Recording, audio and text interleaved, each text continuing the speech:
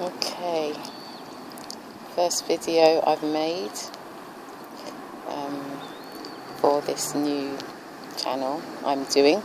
So it's windy, I suppose the sound's going to be a bit off, so this might not ever go up.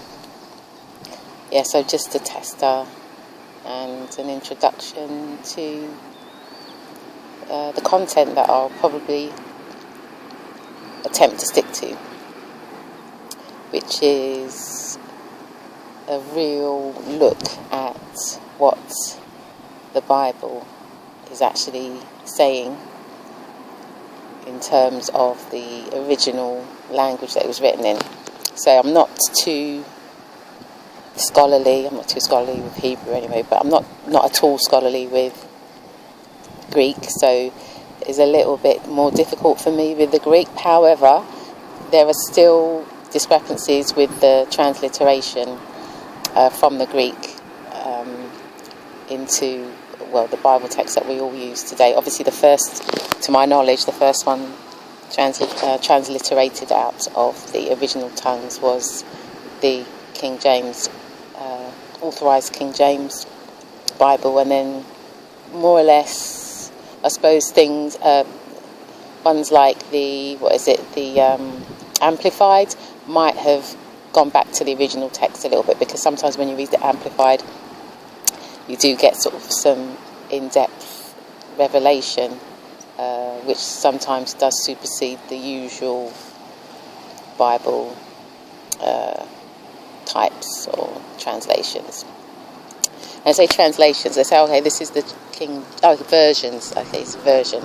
They don't really say translation, and I said transliteration earlier because the Bible has not yet, to my knowledge, been translated out of the original tongues, which is a big problem for me, because it's such an essential work that the fact that it hasn't really been translated is strange, because what we deal with, as I said, is the transliteration, and a kind of loose definition for what a transliteration is when you take words, a language, and you bring it into your own language with the sort of idea that you would rather that whatever the message is in line with what your culture is.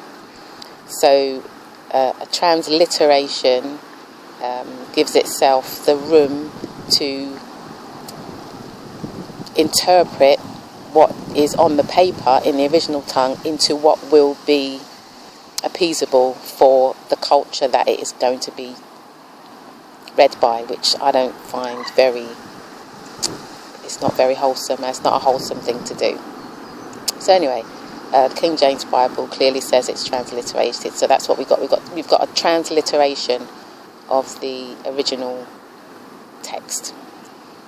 So a few years ago, I started to look at what an actual translation, specifically really of the Hebrew, would be, because with Hebrew, as hopefully I'll go into later, with Hebrew it's very, I wouldn't say easy or straightforward, but it's very linear. The way that you are able to, even if you don't know the language, which most people don't, it's very easy, it's very linear to, it's time consuming, but it's very linear to gradually pick out what it is that is being said by the author in any particular point in the Old Testament, which is originally written in Hebrew.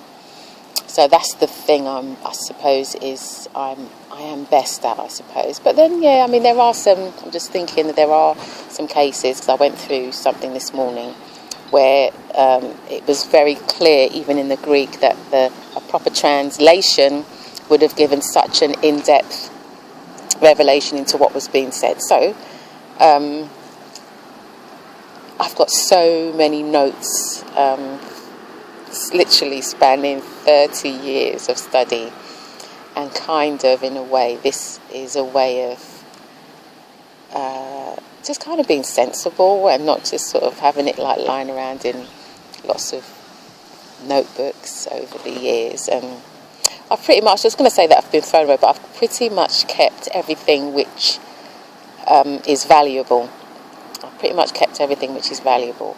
So there's a fair body of knowledge there. So I'm nothing like an encyclopedia or anything, but I think it's worth putting somewhere.